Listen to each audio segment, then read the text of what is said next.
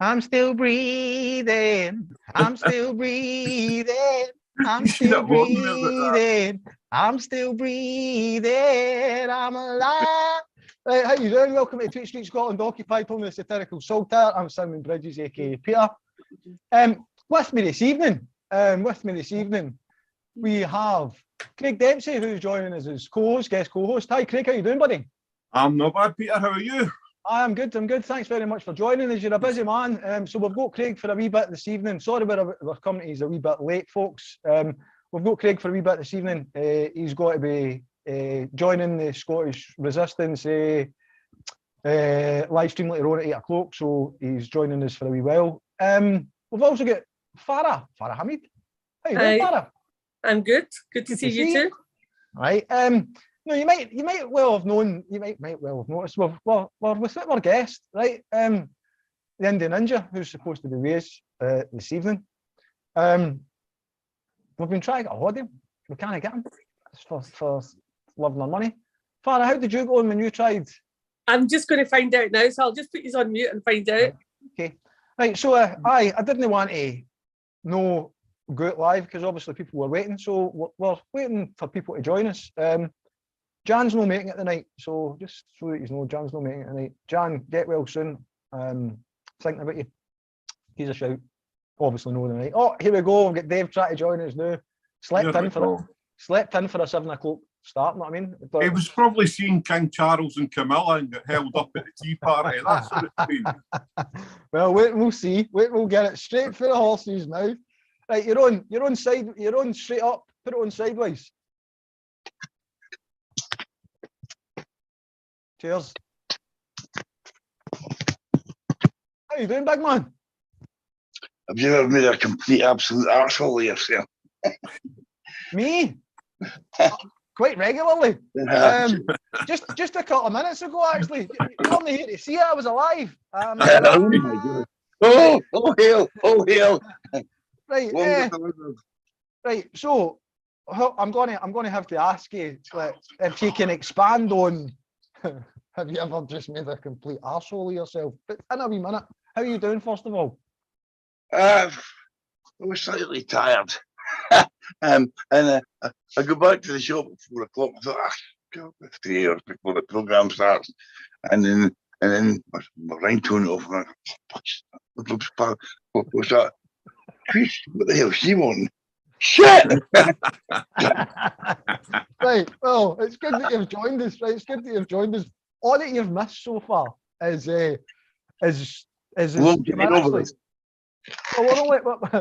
you've missed so far is that we've come in and says introduce Craig, introduce Farah, and says that you were missing in action.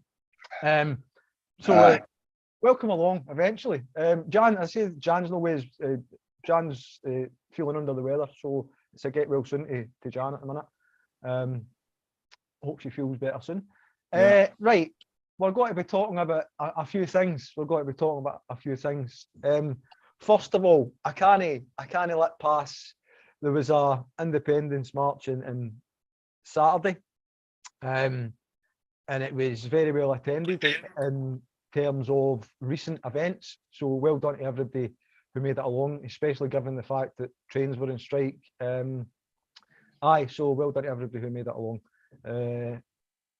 I didn't quite make it along. My motor's no well, and it's in the garage, and I couldn't get a train, and I couldn't get a lift. It was one of the ones that I was a wee bit angry. So as a result of that, there was a couple of bits and bobs happened at the independence march and rally, and some controversial words were exchanged, but like a bit of heckling that was done. Right? It was the least controversial thing I've ever seen at a march. Right. So with that in mind, Wendy, our pal, most folk know Wendy McDonald, was doing some live streaming. So I've got a wee bit of the live stream that I'm going to share with people. Now, it wouldn't be me if I didn't kind of a wee bit of editing stuff, because at the end of the day, most people will know what was said, right? And it's 8 minutes long, this clip, right? But I want people to hear what was said so that there's no words taken out. It's the full section of this part of the speech that I want people to hear. I've just overlaid it with some images and stuff like that. It's about the super. Might be relevant, humorous, or whatever to this. So what we'll do is we'll come to Craig first of all and ask Craig, what was your thoughts? First of all, the overall event on Saturday. You were there, March, rally. Yeah, see, overall, it was. I came away from it enthused again. It was great to see, and it was a hard day, hard to get there on Saturday, but it was really good to see the crowd there. I didn't do the march. I was down at Holyrood. See the sight of them coming down the Royal Mile. My God, the hairs in the back of my neck were standing up. It was really good. There was one or two things said that I didn't totally agree with. In fact, I didn't agree with at all. I was a wee bit hoarse with my heckling at one point. Apart from that, it was really good. And the speakers in it, every speaker was good. It was an enthusiastic day for me. I was there with Salvo, and we were giving it leaflets, and the reception that Salvo was getting was excellent as well. People are starting to pick up on just what the claim of right could really mean. So yeah, overall, excellent day. Excellent. Right. Well, before I play the clip of the speech, I think it's only fair that I play the start of the march, right? Just because we want to kind of look at the positive as well as the things that we kind of want to question. All right. So let's do it this way. I'll do a wee screen share, and we'll just a few wee bits at the start of the actual march itself. Had I been there, I wouldn't have been marching. Obviously, I'd have been like yourself, Craig, and doing it just waiting for the folk to arrive. But it's one of the ones that filled me with pride watching it. So here we go.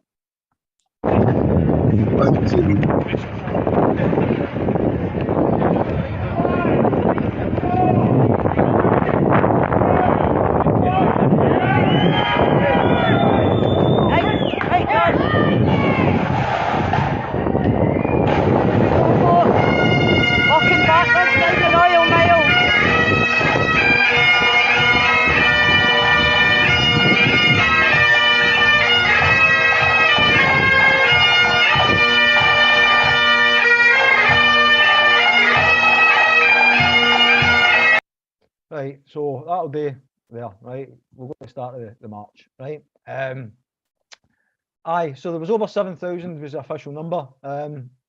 What I'm going to do now is I'm going to get to the bit that we're going to start talking about.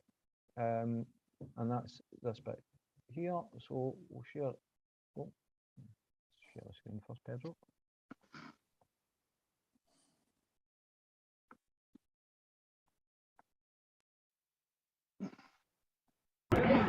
And our first speaker is Chris Law, the SNP MP. Chris.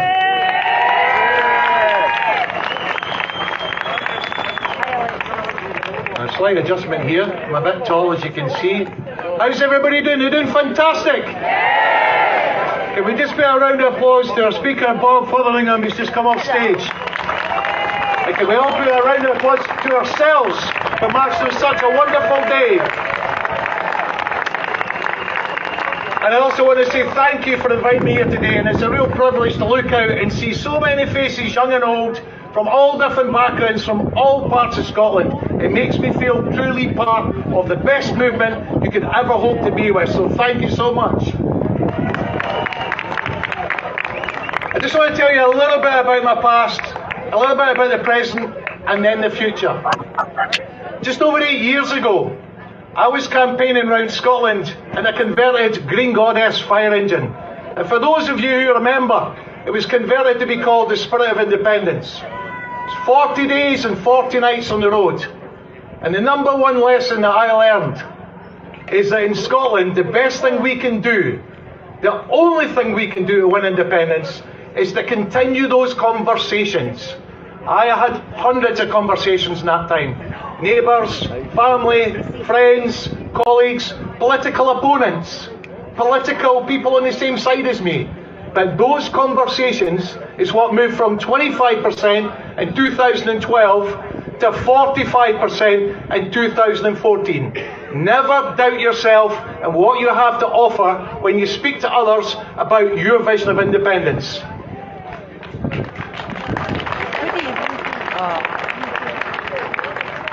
I then made the decision to stand for election and become an MP.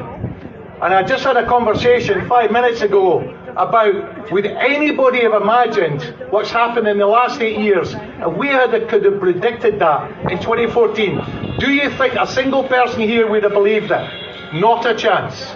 Seven and a bit years I've been an MP. I've had four Prime Ministers, one each after another, getting progressively worse. It's little wonder that we're in a situation where Labour's doing so well in the polls. We've got the worst cost of living crisis. We've got the worst rates of inflation. We've had 12 years of austerity. We've had wages frozen. And where we are today, marching for something completely different that all the major parties in Scotland and the UK wish to stop us for. We all know where the Tories are. If they had the opportunity, they would close this Parliament behind us. I've heard it myself from MPs. They see us as a block to their powers that they want to use over Scotland. And we've seen that already with the internal market bill, with pulling back from Brexit, something that Scotland did not vote for. So we know where we stand with the Conservatives. What shocks me the most is that I'm sure many of you here used to vote Labour. Well, I'm hearing yeses and nos, so that's for clear. And I could completely understand, because Labour used to be, decades ago, the party of Scotland at least in power. And then what happened in 2010 is they supported austerity, which harmed the most vulnerable, the most poorest vulnerable people in society in Scotland, and drove many thousands of people into poverty. Now we find they support a hard Brexit. They've made that very clear. No single market, no customs union, let alone the EU.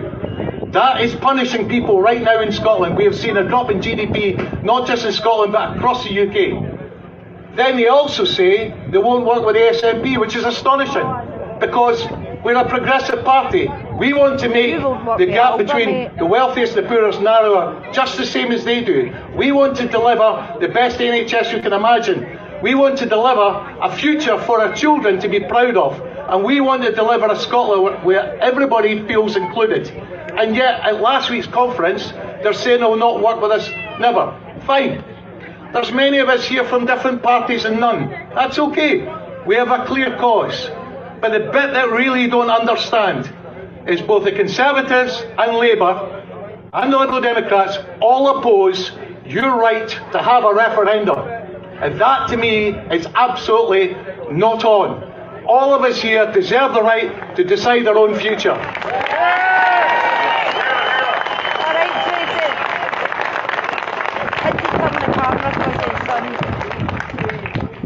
I've been out campaigning recently, and I've met people on the doors who are not yet convinced about independence. But I can tell you something, these are the same people on the doors I was at 7, 8 years ago who had not a chance of voting independence. So there are people out there waiting to be persuaded. There are people out there that are looking at the rest of the UK going, what a disaster.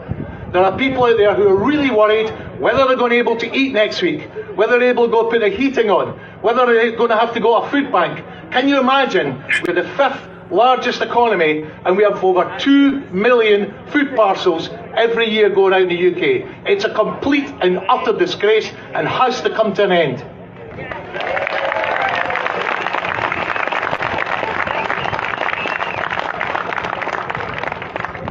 As I said at the beginning, it's a great privilege. I'm really honoured to be here today, and you've given me great strength to go back to Parliament with. It really matters. Listening to those bagpipes at the front coming down the Royal Mile today put the hairs on my neck up, and I'm completely ready to go back. But I want to say this. For those of you next week who's going to be in Glasgow, there's a Festival on. For those who are SNP members or supporters, there's a conference on. And on Monday, the Supreme Court starts to sit on whether or not Scotland has a legal right to a referendum. And that is crucially important. For those of you who think there's a fast track, there just isn't. So where we're at the moment is to go to the Supreme Court, and this is something that the UK government does not want. So we should support our government here in Scotland for that right to be heard in the Supreme Court.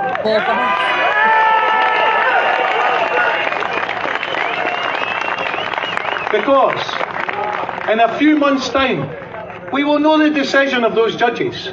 And if they judge yes, then on October the 19th, we will have our vote.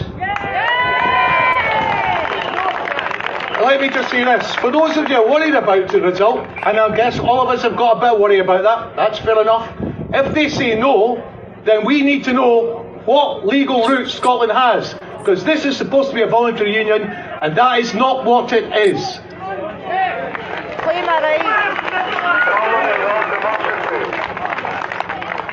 So for all of us here who want a fairer, just, kinder, equal society, greener, working for ourselves and our children and children's children, there is no time to wait. We need to get out there and support each other. I don't care which party you're in or no party. We are all after one cause, and that's to bring power home to Scotland so that we can make decisions for today, tomorrow, and for generations to come. Thank you very much.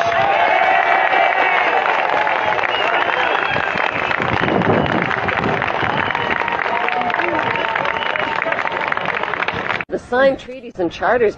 Oh, right, so we'll stop back share there. Oh, that's what I'm going to the next part. Right, Dave, I'm going to come to you first. Stage looks new. Right, first of all, the speech on Saturday. What did you think it?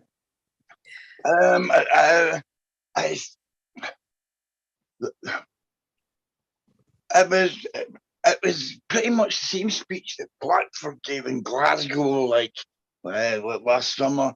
It was the same speech the guy for Aberdeen, I can't remember his name.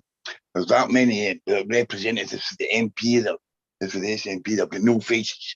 It's really easy, just merge them together into this grey amorphous voice that basically says, we'll not be dragged out of the EU without our will, or we'll not be dragged out of the UK without their will. Aye, it's kind of a, it's left a lot of people kind of a feeling underwhelmed. I think.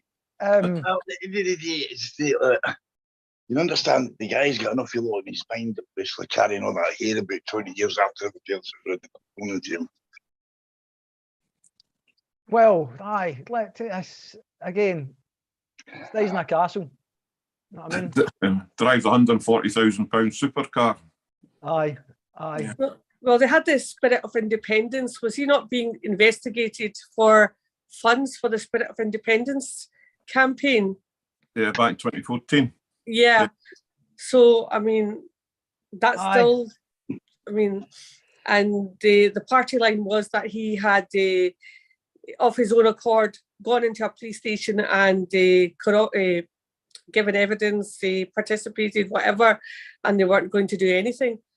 But, Right. I mean, where have all those funds gone? Peter, see, at the end of the day, you listen to that speech and you listen to all the speeches that have been made by SNP over the past 5 years. They're all the same. Every one of them's the same. They're promising this, promising that, and nothing ever happens. He actually said it there, that he's looking forward going back to Westminster. Aye. He's not down there to settle down. He's there to settle up. That was one of the things that I picked up on. Aye.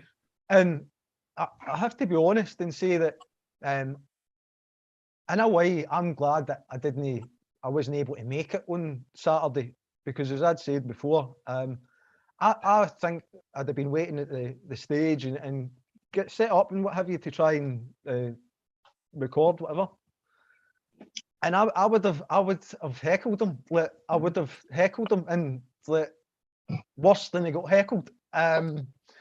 Because I was shouting at the screen, going, "What? You can't wait to get and like, news no the time, soft nose, my arse, my arse.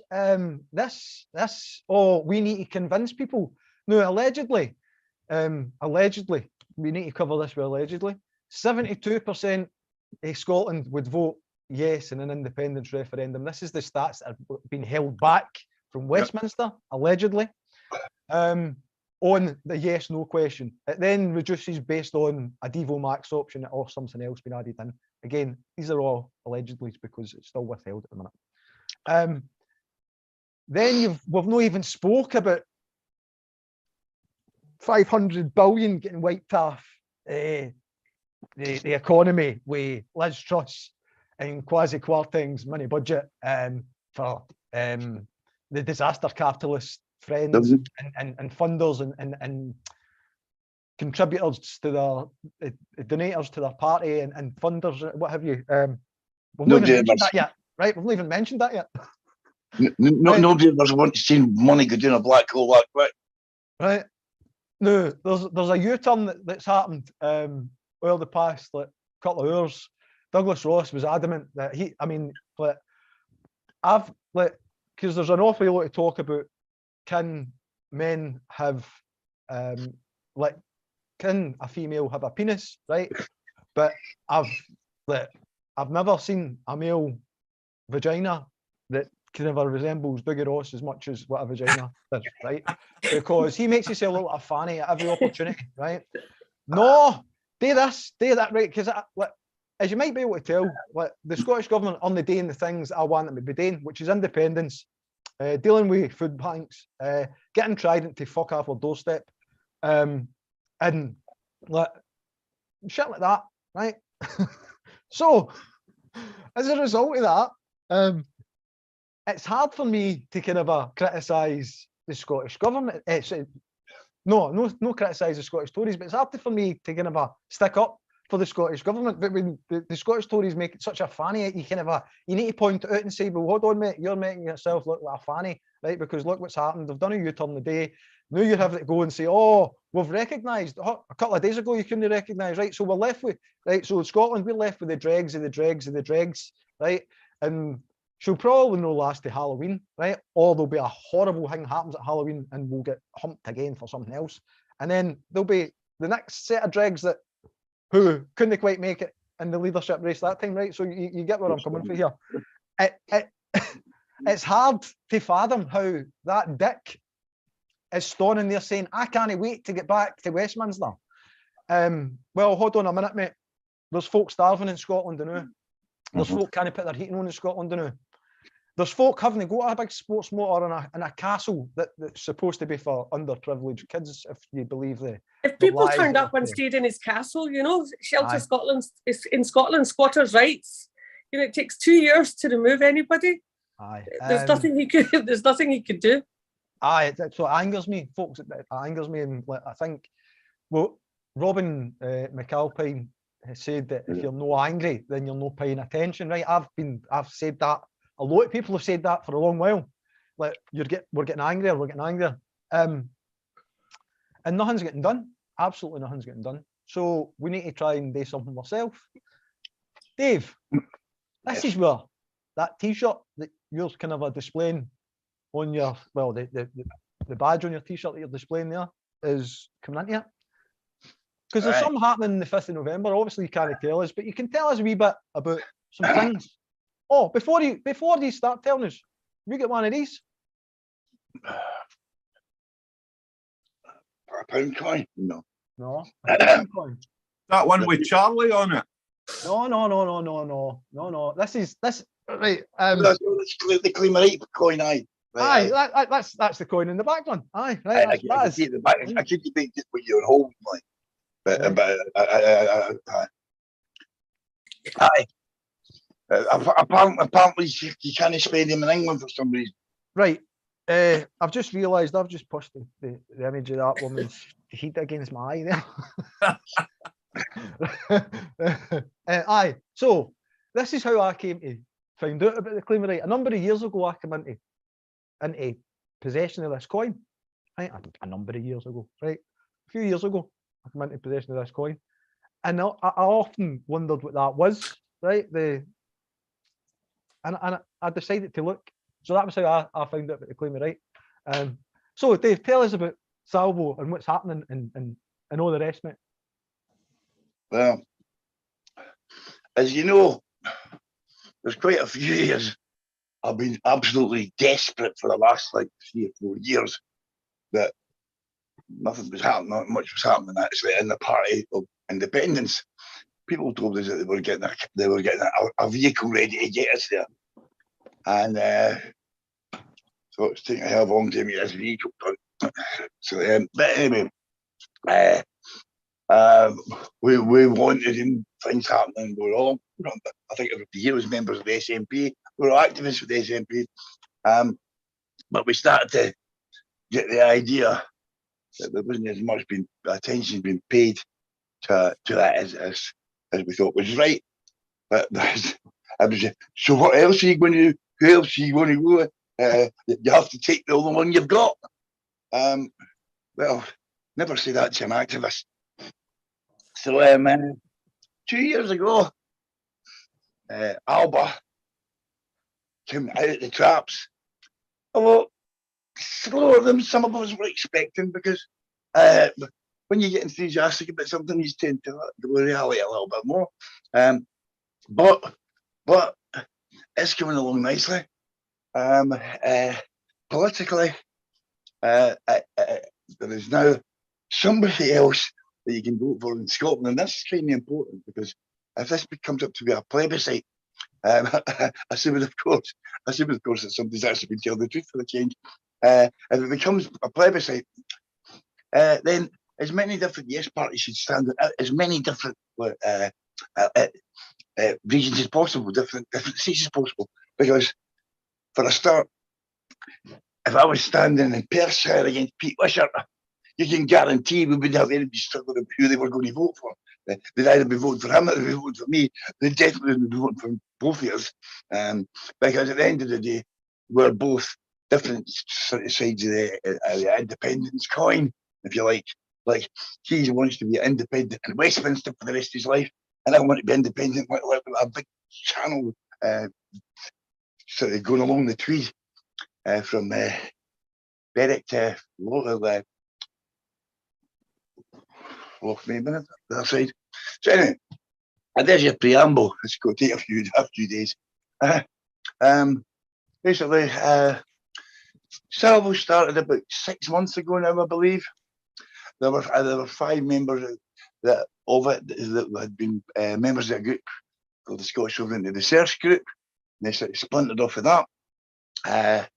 I was contacted because of the experience with sleigh events, and Sarah contacted me saying, "What do you think you could put together a launch event for us?"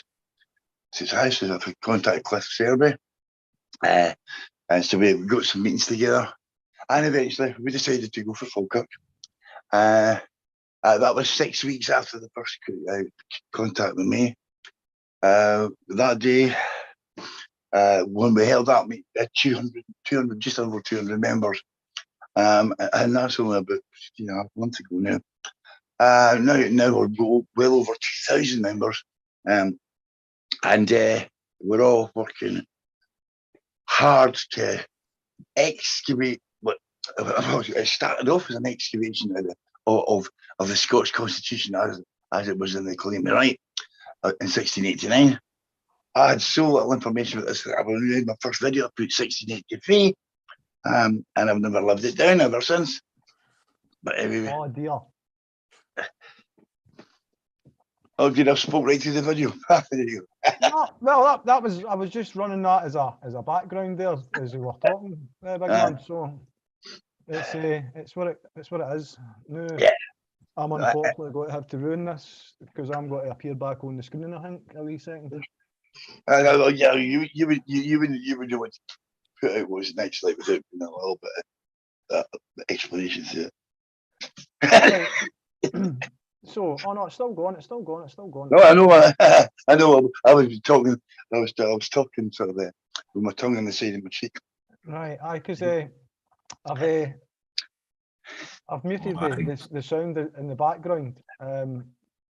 But we'll play the video later on in its entirety. I mean, I don't mind getting copyrighted for that because I'm going to get copyrighted for so much more because there's so much more to come.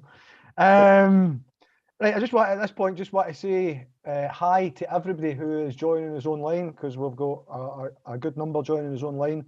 I can't get through everybody, so just hi to everybody that's joining us online, both on YouTube and on Facebook. I will try and get to, if anybody's got questions that come through, I'll try and scour the chat for questions. But please forgive me if I don't get to your question. It's no that I'm ignoring you, it's just maybe I've skipped past it. So my apologies. Right, there's, as was mentioned in, right, that's us, we've got all the way through it, back to the beginning again. Right, as was mentioned in the speech that we heard, there's the festival this Saturday. Yes. So everybody should get along to the festival if you can. It's free. It's George Square. Hold on, I'll try and put this up here. Oh, that's got the wrong date on it. Hold on. Nicola Sturgeon's maybe speaking. Aye. All right. Oh, sorry, that's slipped out. Should get, all right, that's got the wrong date as well. Right. Anyway, get along to the festival, folks. This Saturday, get along to the festival. Show your support. Continue to show your support after the massive turnout that was there last Saturday at the end of March. At the end of the day, it doesn't make any difference who you support. But in any terms, if you support Scottish independence, this is a Scottish independence event.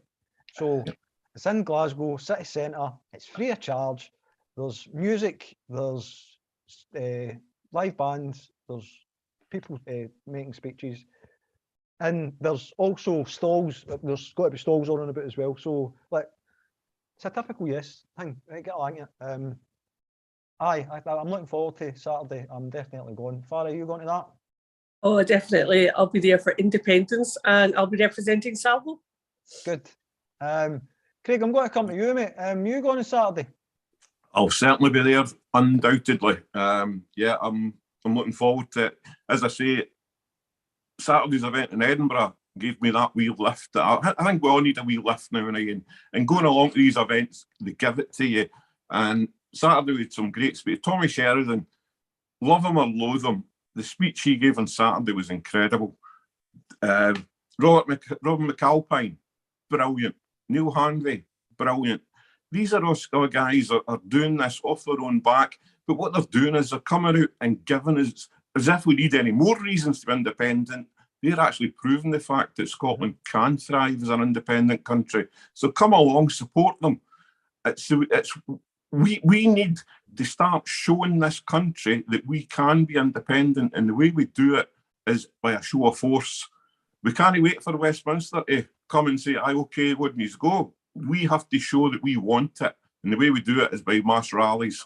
So please, please come along on Saturday. Make a big noise. Absolutely. Aye, everybody that can get there, please. What I'm going to do, before Craig goes, I'm going to share this wee video. It's a 4-minute video clip, and it'll give us a wee bit of history, right? And I'll get your thoughts on it. I'll come to Craig first before he goes, right?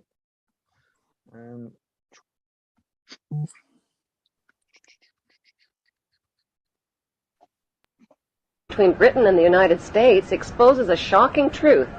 The United States has always been, and still is, a British Crown colony. King James I was famous not for just changing the Bible into the King James Version, but for signing the first Charter of Virginia in 1606. That charter granted America's British forefathers a license to settle and colonize America. The charter also guaranteed that future kings and queens of England would have sovereign authority over all the citizens and colonized land in America stolen from the Indians. After America declared its independence from Great Britain, the Treaty of 1783 was signed. That treaty specifically identifies the King of England as the Prince of the United States and contradicts the belief that America won the War of Independence. Although King George III of England gave up most of his claims over his American colonies, he kept his right to continue receiving payment for his business venture of colonizing America.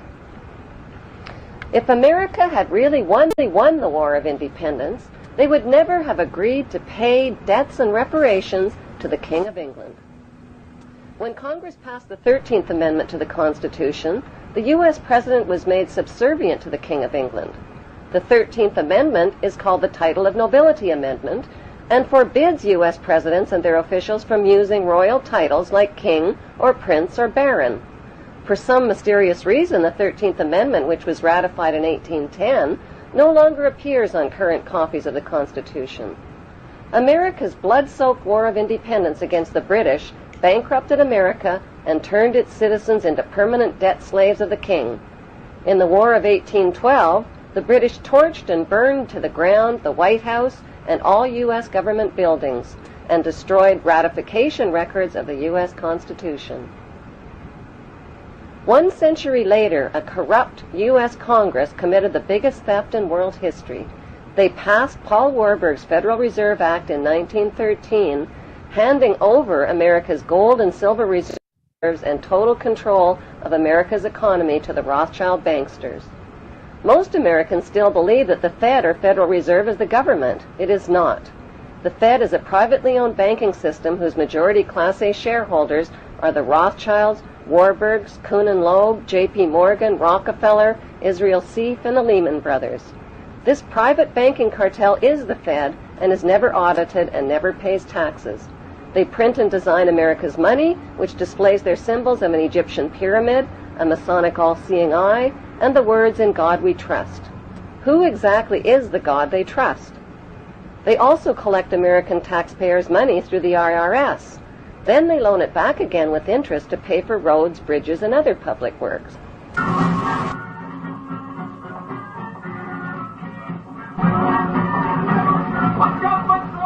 American presidents are handpicked and financed by these special interest power groups.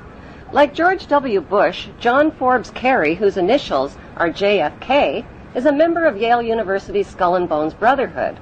The Forbes part of John Kerry's name identifies his descendancy from Captain Robert Bennett Forbes, who was a drug runner for the Rothschilds' opium drug trade with China in the 1800s.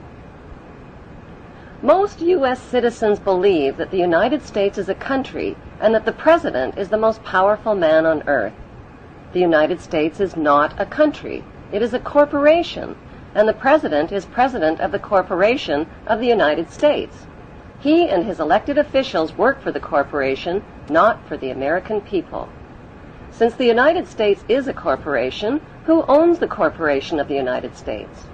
Like Canada and Australia, whose leaders are prime ministers of the Queen, and whose land is called Crown Land, the United States is just another Crown colony. Right, so we'll stop that there. Craig, we'll come to you first, mate, because I know you're going to do other things. What was your thoughts on that piece of information? Are you aware of that? No, I wasn't aware of that, but it proves a point I've been trying to make for a long time. The government doesn't govern. It's establishment, it's the bankers who govern. That's who makes the decisions. Liz Truss didn't get elected because she was Brain of Britain or that she was the best candidate. She was the most pliable candidate for the establishment, and that's who runs the country, the establishment. If you think your government can do and make laws and all the rest of it, they do what they're told. It's the same here, it's the same in America, it's the same in every country. It's money that runs the country. Aye. And that's my take on that straight away. Sorry, Dave. But what currency are you going to use? Don't start that. The Scottish pound, mate. We need the Scottish pound. The big difference between that, I mean, they go on there about how the monarchy colonised America, right? Scotland's colonised. Let's not kid ourselves. We're colonised. We're supposed to be in this treaty of equals. We're not. We're colonised. The difference is we have the claim of right. Now, that claim of right is still law because Charles had to swear allegiance to it and to protect it just a couple of weeks ago. And these are the bits and pieces that Salvo are finding out. This is history which has been hidden for the Scottish people, and it's been hidden for a reason.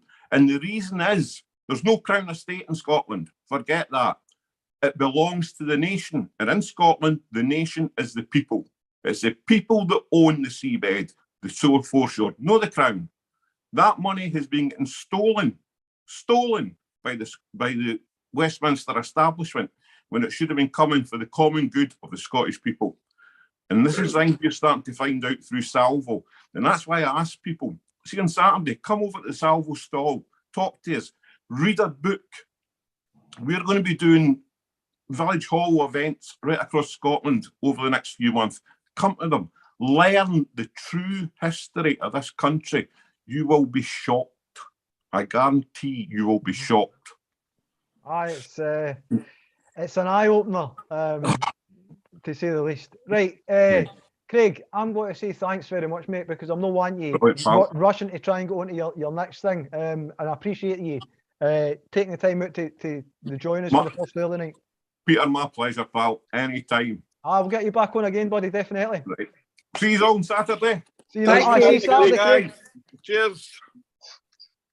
Craig is going to be doing the Scottish Resistance live stream chat just shortly.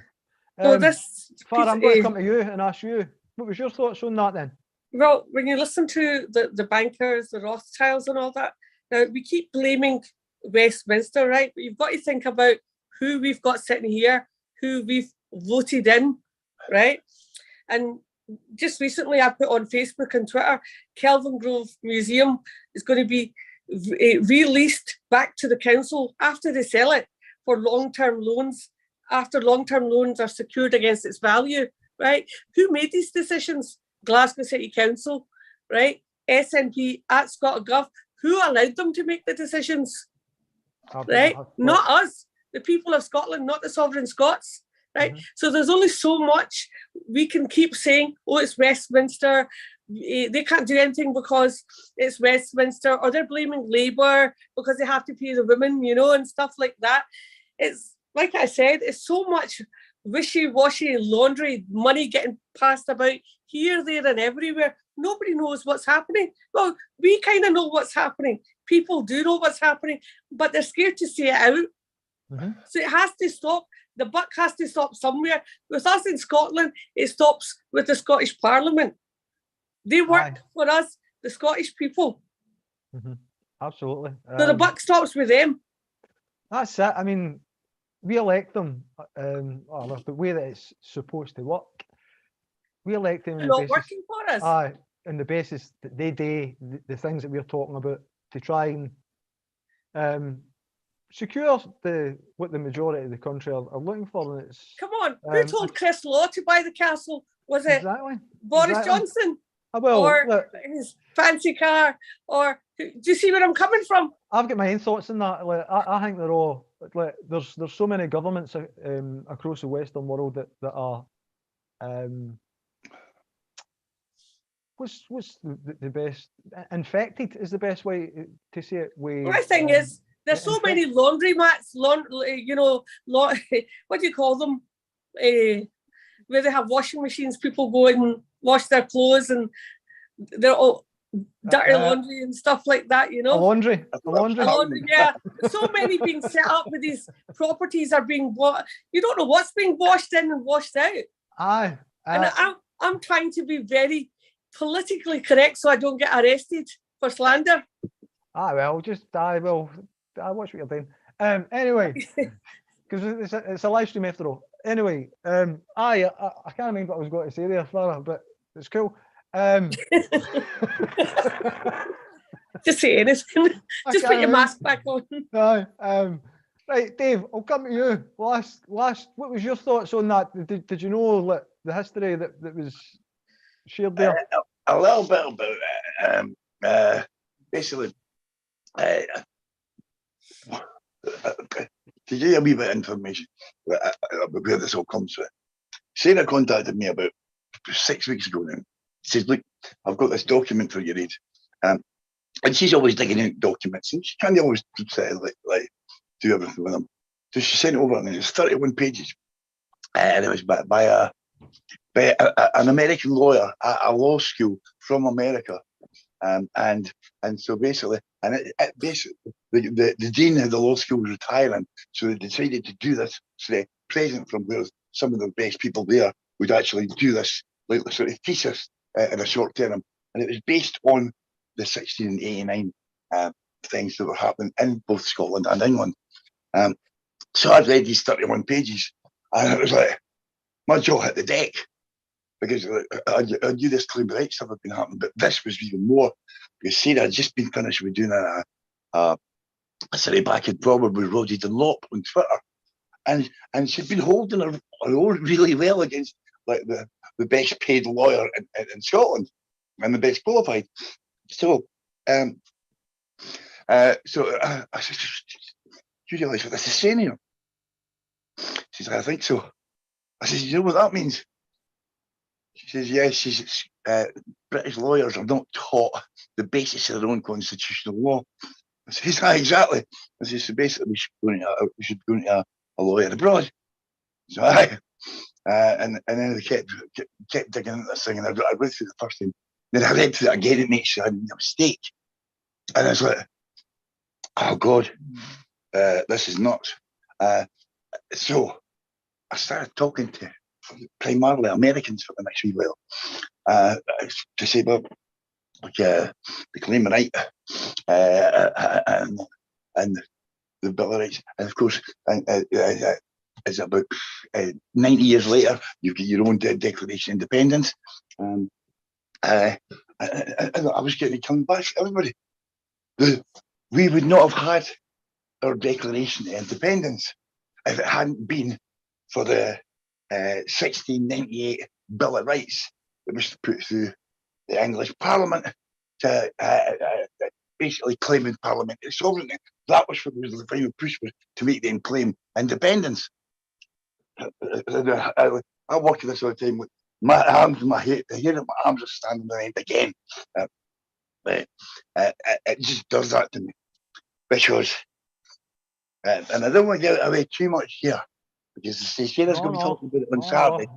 So just Sarah's going to be talking about it on Saturday at Yesterday, and as I say, we're going to have this documentary that's going to come out, and it starts in America, because if what we got for there was true, then basically this one lie that you see in the video, which basically the lie that says Parliament's sovereign, it is responsible for shaping the whole world to its core, how we are just now. Because if you imagine 90 years after that America declared their independence, well, take out that whole side of history for a start.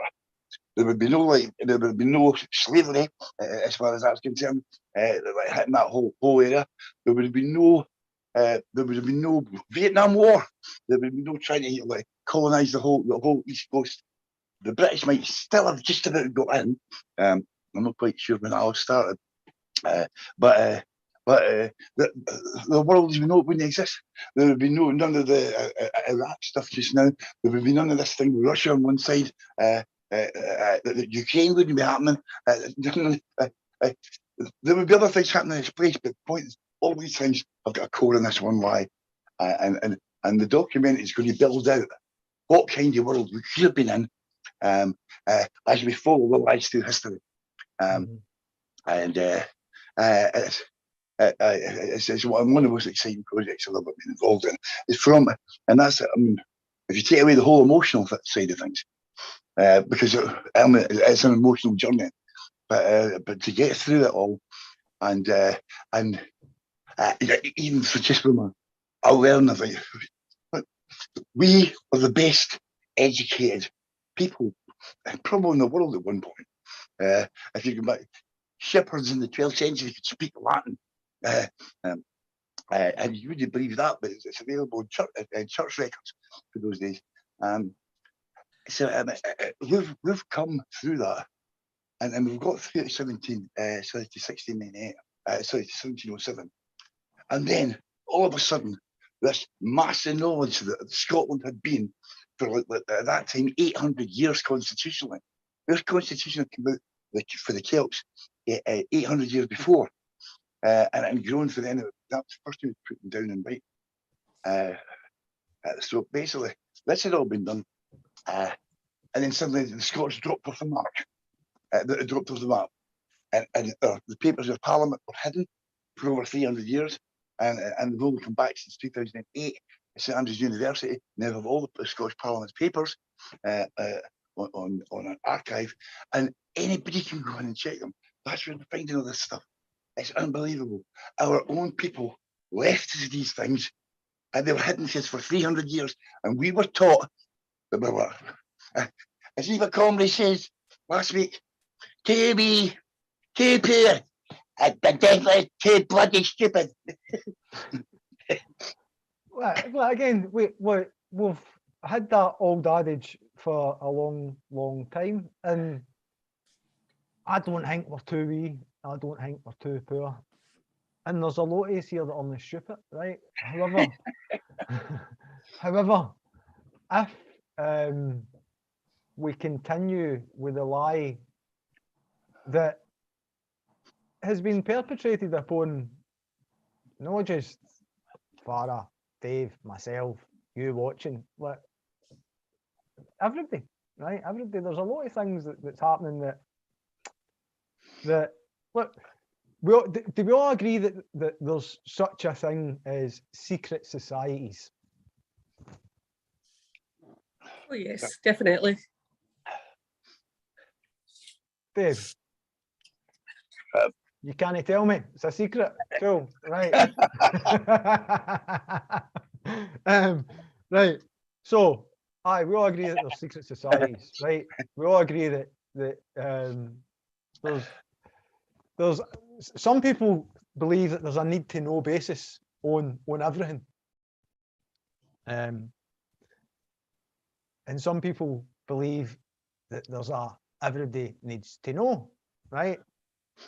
JFK was one of the kind of a people. Look how it happened. Look what happened to him, right? John Kerry. So you've got to try and balance up opportunity with information and risk.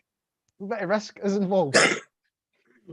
And sometimes you need to take a wee bit of a leap of faith as well, right? On that note, I'm going to share a wee video. I would like to see right that I'm completely not responsible for anything legally that happens outside this. No, listen, this is nothing to do with any of the, and if any of the two guests that are on want to duck out for this and then rejoin, feel free, you can do that. It's in the public interest, yeah. I think it's in the public interest. Yeah. And what's better than that, it's all been in the public domain at one part. So, here we go. Yeah. Folk are going, oh, what's he got to do? I don't even know myself what I'm going to do here. I just heard some drones flying about above my head. Aye, I'm feeling it, mate. I'm feeling it. I don't know, but I'm sweating everything. Oh my God. Folk, I'm building up here. Folk are going, what's he doing? What's he doing? Watch. Here we go. He's moving the Linux. It's vanished. Oh my God. Teleportation.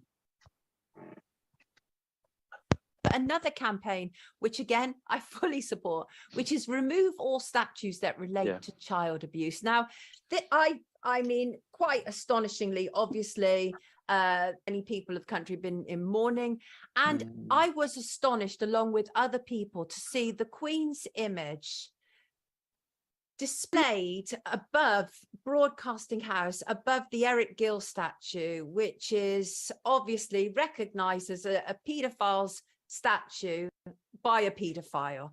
And the Eric Gill statue is particularly infamous. Tell us a little bit about it. So just to start off with, lots of child abusers, not lots of, a number of child abusers are musicians and actors and so on. Right. And there's always been a debate now, should we remove their material or not? Should we remove their artistic work? The problem with someone like Eric Gill and someone like Graham Ovenden is not that they were just paedophiles. It's just also that the work they did were of children who were naked. And the Eric Gill statue is of a naked child, which again, there's lots of cherubs and naked children and lots of artwork, but not by a convicted, well, not by a well-known paedophile. Right. He sexually assaulted his family dog. Oh. He wrote books about it. So it's not that, there's been a finding against him even. He admits to himself he was an abuser. And then he's done a statue of a naked child, which is over BBC Broadcasting House in London. Now, Graham Ovenden was an artist who had works in lots of different galleries, etc. He also did drawings and the like, and paintings of naked children, then convicted of abusing his own child, and the imagery was of his own child. All of that artwork was removed. Of course, it's totally inappropriate. They are, in essence, child abuse images, Right. which is, wrong. The problem with Eric Gill is that that statue still stands in 2022 over it. And you're right, the Queen's passing. There's images broadcast over Broadcasting House, and Eric Gill is literally right underneath the Majesty's face. It seems such an odd decision. Right, so that wee thing, that wee thing there means that there's a break. We'll stop back there.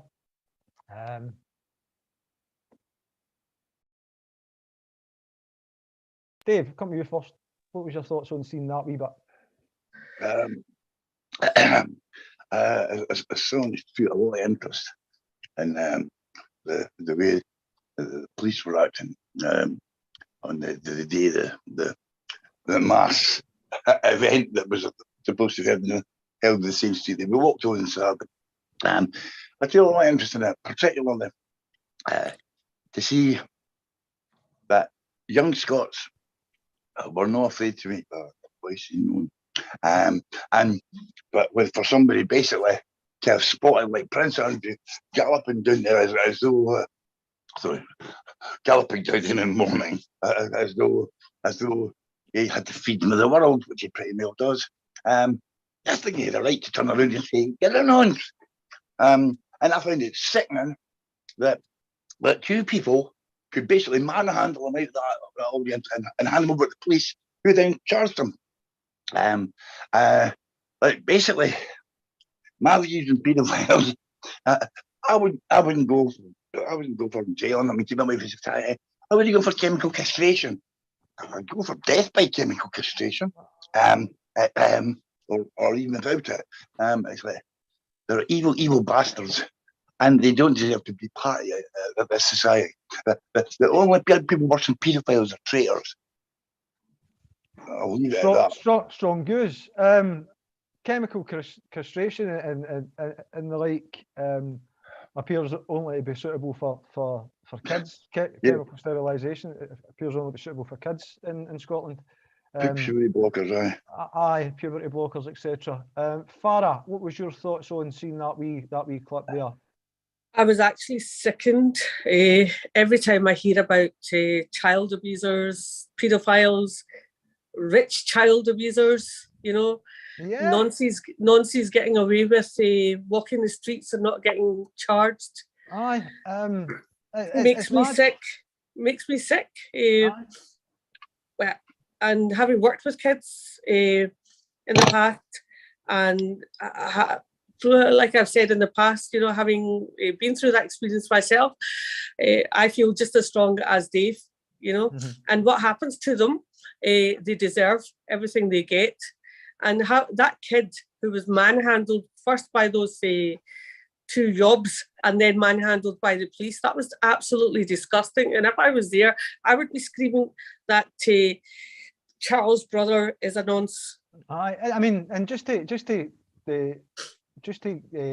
make sure that for accuracy purposes, what the young Rory who was arrested had said was, "Andrew, you're a dirty old man." That was the words. There's a video kicking about that you can see. Nonce means paedophile. I mean, it's not it's not a how do I say it?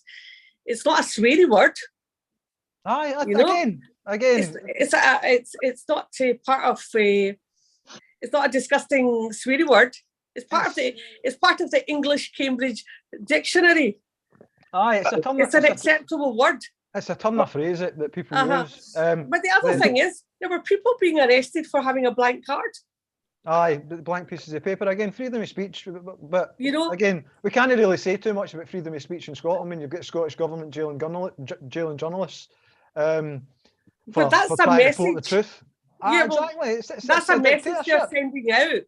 That's a message that, and I'm going to say it now, that's a message they're sending out for anybody who wants independence. You speak up for freedom of speech. You speak up for independence, you will be jailed. Aye. You will be manhandled, you know. And Any form of protest. That's the- the impression I get. The two people who manhandled the young boy allegedly have been charged, according to newspaper reports. I haven't seen anything about it though, you know. I've got a wee clip that'll feature later on. Dave, what were you going to say, buddy? I was going to say I had a brilliant remedy, because remedy's something I've been dealing with a lot recently. I've got a brilliant remedy for that statue being under the Queen. He said it was just under her mouth. You could open her mouth and pour 12 million and share it among victims. Right. And talking about victims, let's carry on with the next instalment of what we're going to see. And this, I've been kind of I've been dealing with stuff like this for years, and looking at stuff like this for years, and piecing together stuff like this for years. So hopefully this gives somebody, again, it's not the nicest stuff to look at, right? But it is what it is.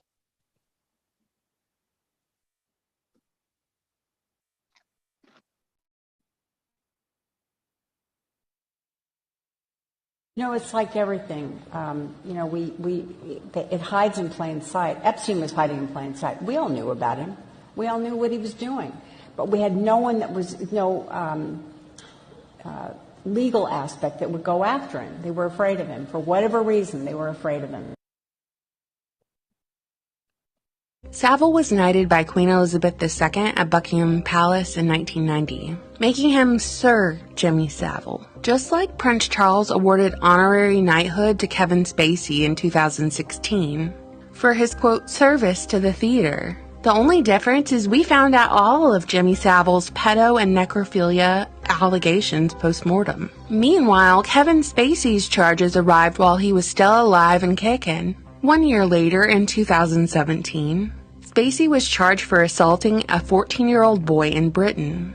All in all, Spacey has been accused of sexual misconduct by more than a dozen men. It should be noted that 3 of Kevin Spacey's accusers have died shortly under mysterious circumstances after they spoke out about his behavior. Do y'all remember after these allegations, Kevin Spacey released that really weird video where he was by the fireplace, and at the very end of the video, he said he'll kill his enemies with kindness, and there was ominous music? I'll roll the clip. The next time someone does something you don't like, you can go on the attack, but you can also hold your fire and do the unexpected. You can kill them with kindness. Fun fact, just like King Charles, Kevin Spacey is a member of the World Economic Forum. I wish we could go one video without talking about the World Economic Forum. Kevin Spacey is part of the Great Reset. I covered the connection between the Great Reset, World Economic Forum, and King Charles, the woke king, in my previous video, so I'll link it below. And just like King Charles's brother, Prince Andrew, there's about 1 million pictures of Kevin Spacey and Ghislaine Maxwell with his links to Epstein and Lolita Express. The barristers representing the children said, if we fill the minds of the jury with all this mumbo-jumbo about Satanism, devil worship and black witchcraft, the members of the jury won't believe a word the child is saying. And when I spoke out in the House of Commons in London about this, many of the members of Parliament smirked and jeered behind their hands because they were unwilling to believe that such terrible things could be happening. NSPCC, which is our National Society for the Prevention of Cruelty to Children, their inspectors that look after children at risk all over the country were reporting that throughout the United Kingdom they were finding evidence of satanic abuse. And so that really reaffirmed what I've been telling the House of Commons. All Satanists have been abused as children. All. There is not, I can't imagine any normal person going into something so horrific, vile, disgusting, so violent, humiliating, could possibly, it's impossible. As the children disclosed, I became more and more distressed at what they were telling me, and not a little frightened myself, in fact, because they were telling me things that you only saw in horror films and read in fictitious books. And so a breakdown in communication, a breakdown in co-working happened in Nottinghamshire. And that became a cause which the nation began to take notice of. One former witch who revealed to me that she had actually been present while a child was sacrificed said they do it in a different way. Normally, the high priest has relationships with some of the witches in the coven, and they produce a child. And when that child is born, it's never registered as born, and therefore no one knows that child even came into the world. And I was told it was some...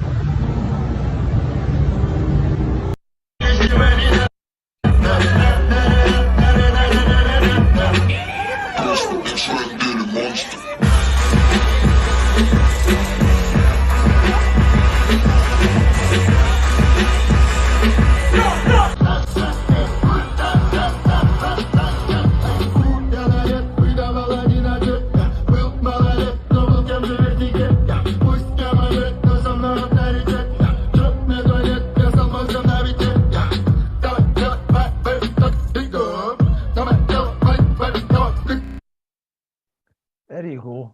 Right. So the occult. Dave, I'm coming to you first. What's your thoughts on all that information? I wish I'd lived like up by Loch Ness when Jimmy Page was there,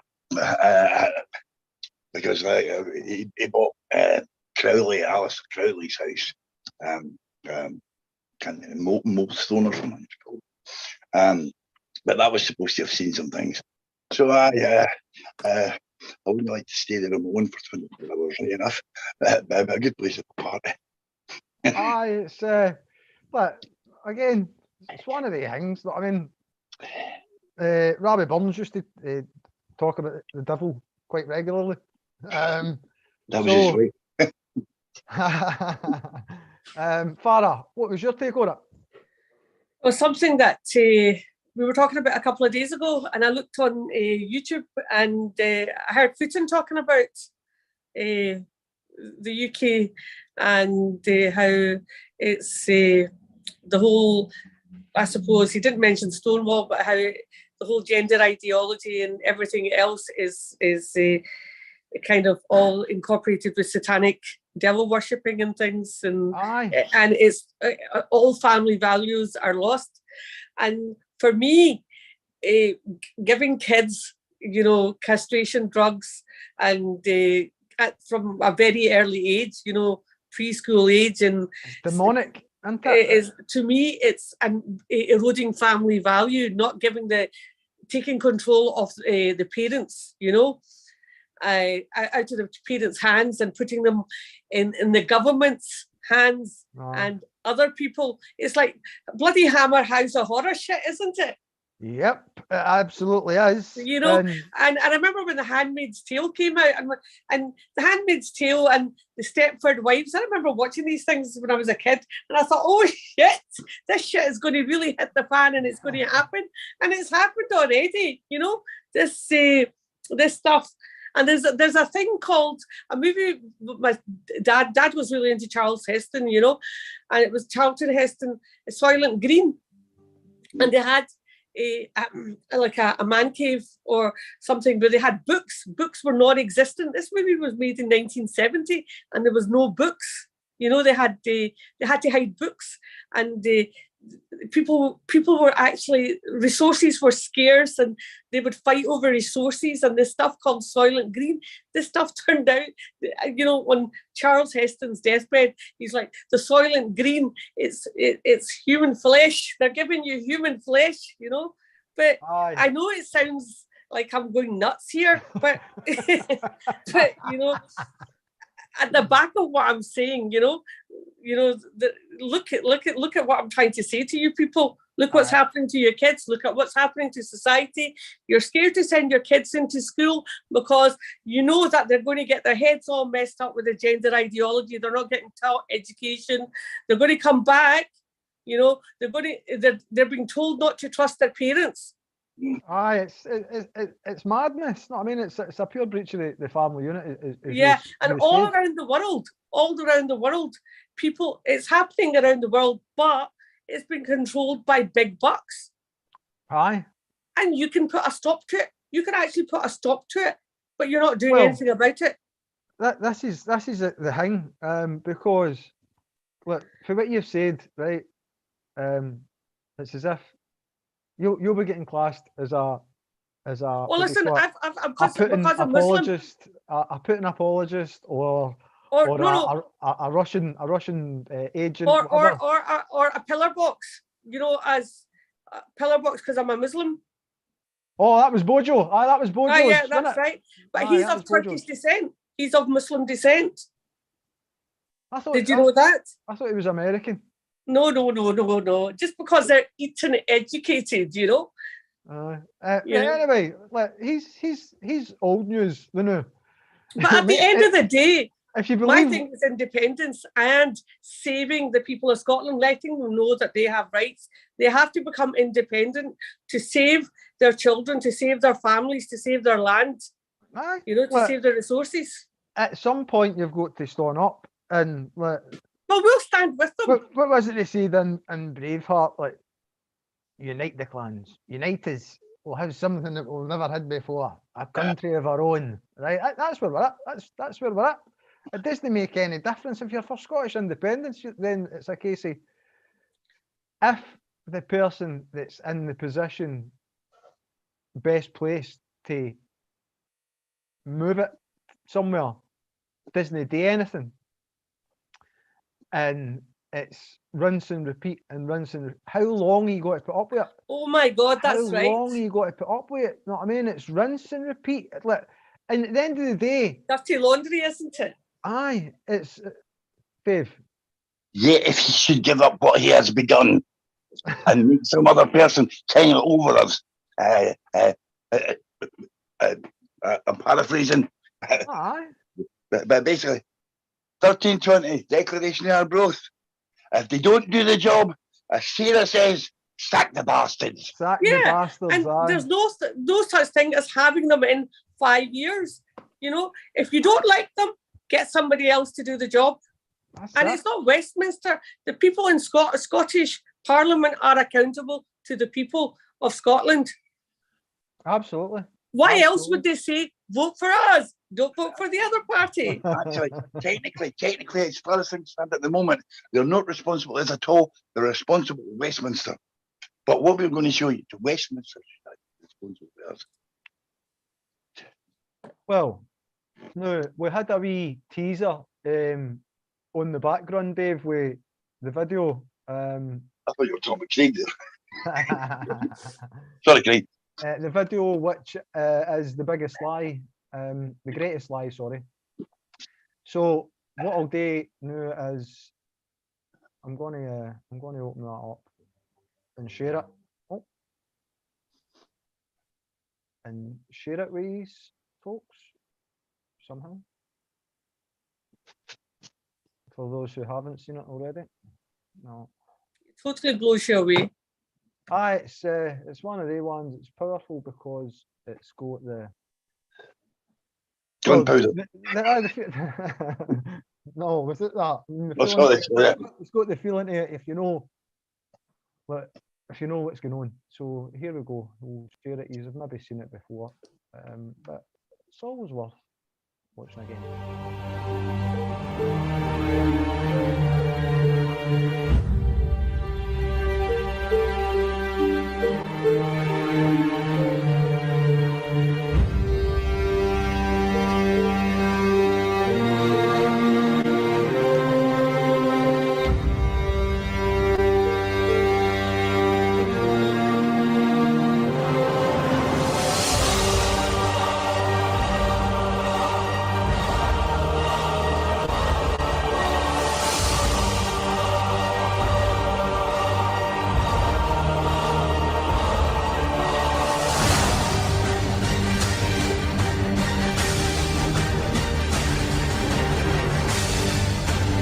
We will not be dragged out of the European Union against the wishes of the Scottish people. That's absolutely crystal clear. And I think even more so now.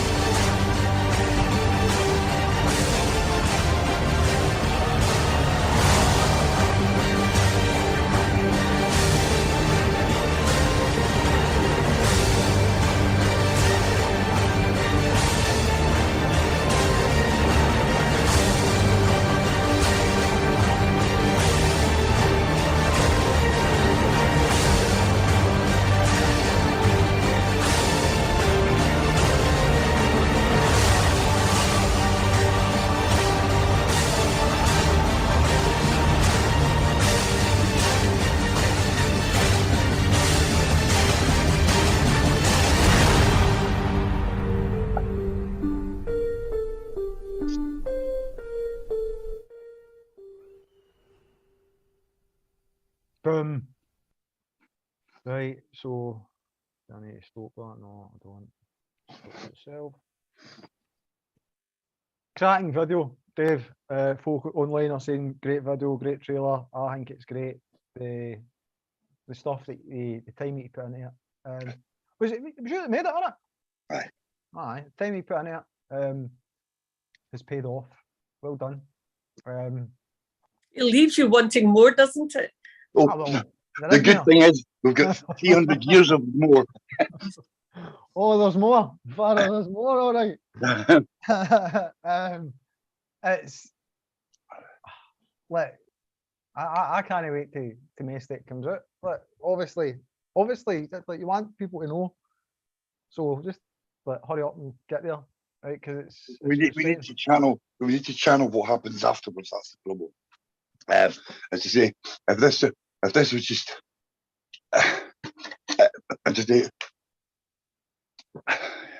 if this was to go off without any risk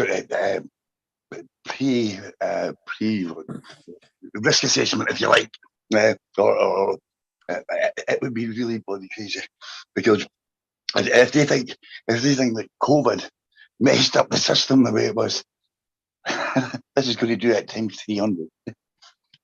Aye, absolutely. Right. Now let's talk further afield than Scotland for a minute.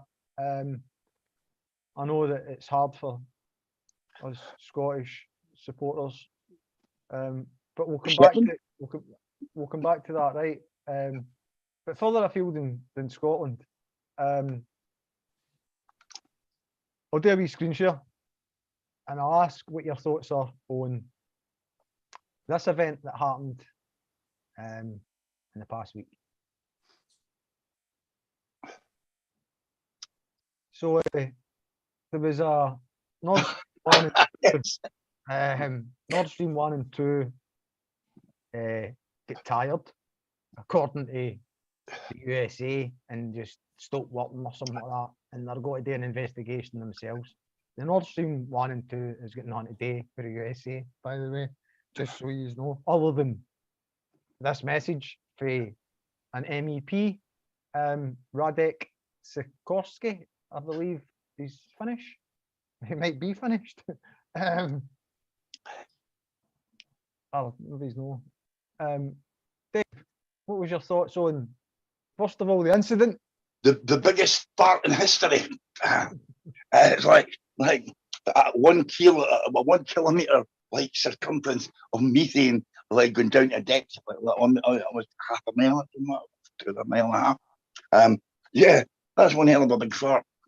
I thought, I wonder how you could actually catch that, because obviously carbon recapture, you'd be good for the environment, and you would have to pay tax on it either.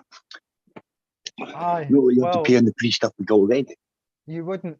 No, Farah, what was your thoughts on that incident? Farah? Sorry, can you hear me? Aye. What did I think about it? Did you watch it? Were you too busy on your phone? Is that what's happened there? No, I watched it. No, I watched it. I did watch it. Right, what was it then?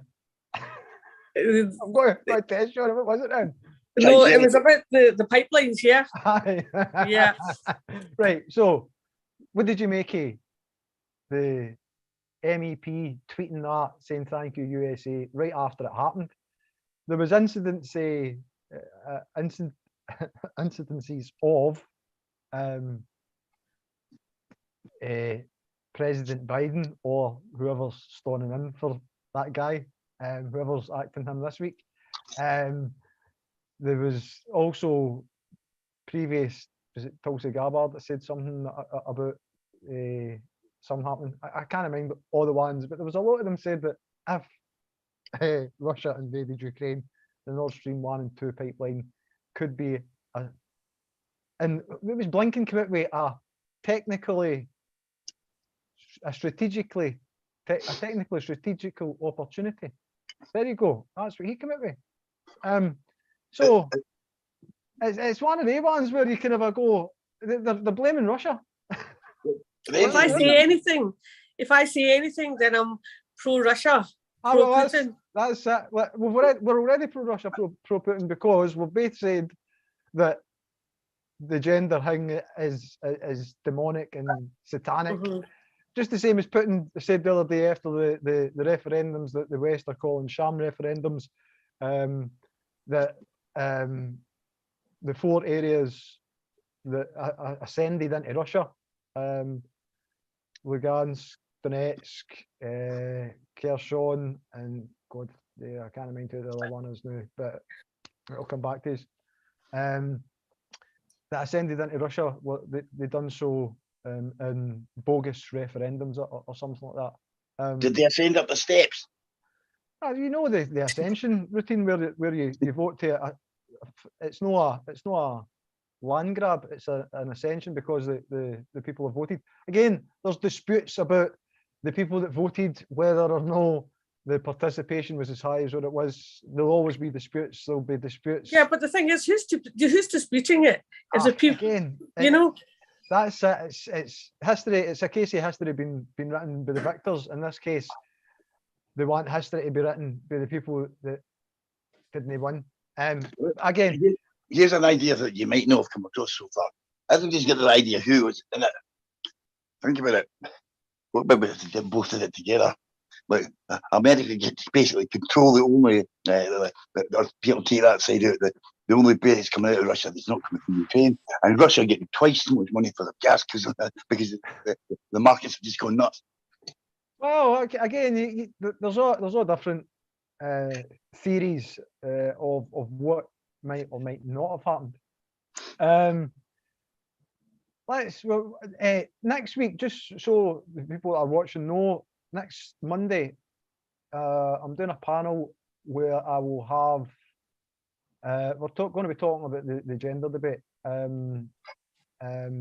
Again, it's the sex debate, as I would call it. It's sex, no gender. But we're going to have people talking about it that have suffered a wee bit. So we've got Kevin Lister, who's the teacher that was sacked. We've got James Esses, who again, there was obstacles put in his way for the career that he was trying to get into in child services. We've got Transgender Trend, we've got representation from them. We've got For Women Scotland, representation from them. We will have Caroline McAllister. We will have Richie Herring, who's a detransitioner, and I feel as if I've missed somebody. I probably have, and what I'm going through I'm going through the picture in my head. But while I'm trying to remember, to make sure I've got them, I want you to have a look at this, right? Because I thought this was a wee bit funny. Is it real? Well, I wouldn't put it past them now, you know. You don't know what's real and what's not nowadays. I don't know if he's maybe got that off the teacher in the Canadian school. It's that bastard for Austin Powers. For Austin Powers. See, that's the kind of a thing I would recognise it for, Dave. That's how I see it, no? But again, some folk are saying that it's what do you call it? Something at South Park. It's like a storyline out of South Park. If that's the case, but anyway, we're going to have the other one. I knew there'd be one that I'd miss out, and I don't know why I missed it. But it's SOS Scotland is the other participant, and we might have another guest that I'm still waiting to hear for that. So, but that's happening next week, and we're going to be talking about mermaids. We're going to be talking about Stonewall. We're going to be talking about the language that's used, and we're going to try and have a full debate about it, open the conversation. So the 7 people, the 7 guests that are there will come on. They will speak about their experience and the debate, and then we'll open a debate between the 7 of them, and we'll open up to the people that are watching online and tuning in online. If there's anything that you want to that you come across, ask these people. Then we're going to be here. So that's next Monday at 7 o'clock. But anyway, back to this week, and before we finish up, because we've run a wee bit of our time, but that's because we started a wee bit late because Dave slept in for a 7 o'clock start. That's my whole parliamentary career wiped out. Anyway, we're going to get back to Scotland, because there was something happened in Dunfermline today. Very bad. What? Who's bad? Hold on. Me for saying there's something happened in Dunfermline today. Shouldn't have happened. Well, Excuse me, by the way. Speak for yourself, Miss Media. You're already in a city. Well, let me try and sort this out here. Right. Somehow we became citizens of Dunfermline rather than toonies, which Right, so let me put this on. This happened in Dunfermline, which They could have used the money to feed the homeless. Dunfermline finally won a football game at home. It's new the city of Dunfermline, is it? Is that right? Yep. Right, so here we go. See if you can spot anybody on this.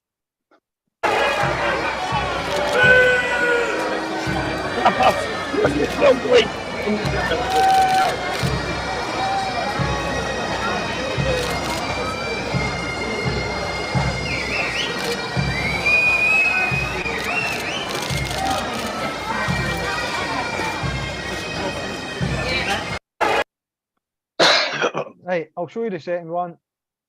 Is this what you're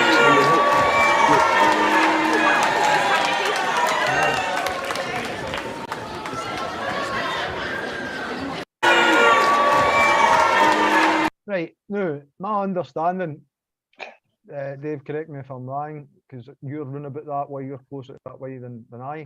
But that was Jim Leishman that was meeting Nicola Sturgeon. To be perfectly honest, it looked like but I did not know that happened today. I knew that the film became a city today. If I'd have known that was up there, I'd have been away up, like seeing how my chickens were doing. Aye, well, there you go. That's what that happened. That happened today. Anyway, it was Jim Leishman. My understanding is that the people of Dunfermline like him. Well, actually, there's some stories I could tell you. But Jim used to live in Kelly when I was there. I'm not going to tell you one mile too. Right. Okay, you're banned. All right, after we finish now, I'm getting told a story. Sorry, Jim. No, Jim, I'm not apologising. He's telling me a story once we finish off this. Right. So the one they booing Jim Leishman, apparently. So leave that to your own imagine, because that's in Scotland, right? Somebody in Scotland is booing the First Minister. I wonder why. Jim is a legend. Aye. Right, Farah, what was your take on the Dunfermline becoming a city? I'm kind of surprised. I mean, I've been down there for an independence rally, and I have to be quite honest. When I saw this today, it was pointed out to me by Wendy today that the royals were visiting. I was kind of shocked, and there's quite a lot of people just out there to see, like quite a lot of people booing our First Minister, isn't there? Well, you've got to wonder why. I mean, there's things happening. Again, there's still some censorship on a lot of different things. However, the infant mortality rate in Scotland over the past couple of years has increased enough for there to be concern about. Poverty rates increased as well for children. Yeah, Farah, give us a wee second. There's also the mortality rate in youth and cause of death is under question over the past couple of years. There was a video that came out over the past few days that I watched. Again, there was some people from Scotland in it, talking about the effects of treatment that they received and how it's had a negative effect on their health. Now, I'm going to play it out this evening because we're going to finish up. I'm not going to ask the guests to comment on this because it is still a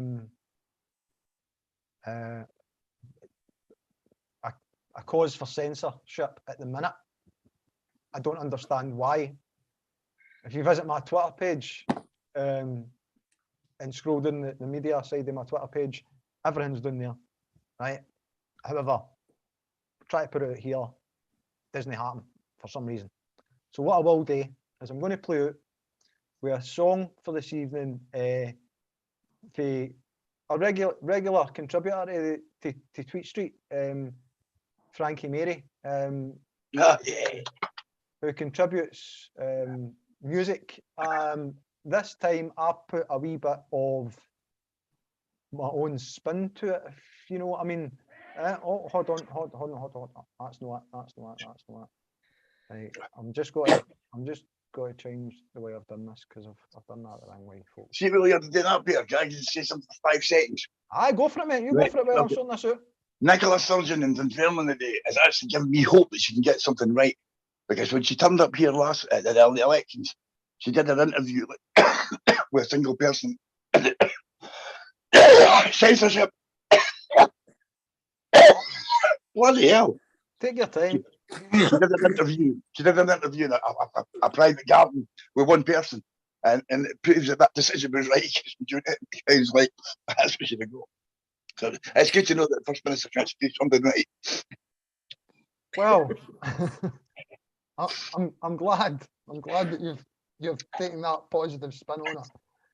Right, let me do this, and I'll share this with folk in a wee second. This is called "What Will It Take," and I have done my Tweet Street satirical satire spin on some of the inclusions to "What Will It Take." So, hold on, cancel that.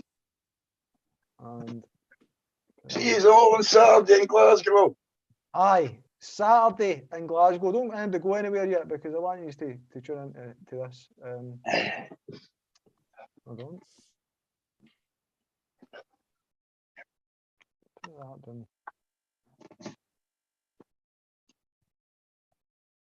Put that on. What are you doing? What's that you've got in your mouth? I'm a coffee. Right, here we go. This is called "What Will It Take" with the Tweet Street satirical satire spin on it. They play us out this evening.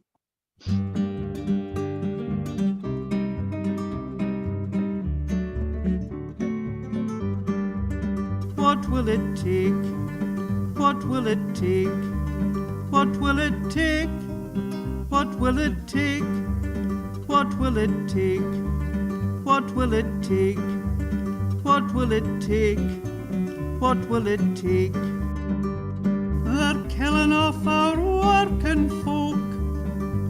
They don't care, all they do is gloat. And all we do is sit and sigh. What will it take? What will it take?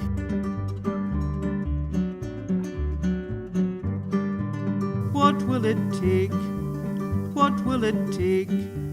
What will it take? What will it take? What will it take? What will it take? What will it take? What will it take? They're stealing our land from us. We're told we mustn't make a fuss. So all we do is sit and sigh. What will it take? What will it take?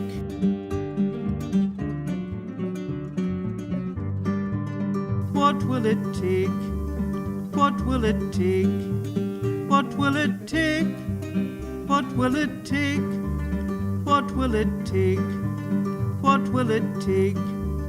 What will it take? What will it take? Our politicians let us down. They're soaking up to king and crown. And all we do is sit and sigh. What will it take? What will it take? What will it take? What will it take? Presiding officer, in my view, choosing without good reason not to be vaccinated is deeply irresponsible. Getting vaccinated, on the other hand, is a civic duty, and it is the most precious gift we can give to others at this time. Oh, stop back there. Dave, over to you to say good night. Good night.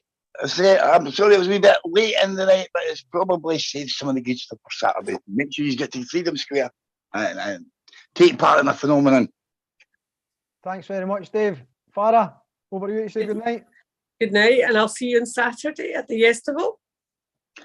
Aye, so for Dave Llewellyn, for Farah Hamid, for Craig Dempsey, to Jan, who couldn't be here tonight, I hope you're all right.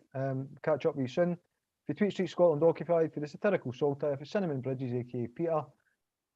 It's a good night for the night. See you on Saturday at the festival. Goodbye. Bye, everyone.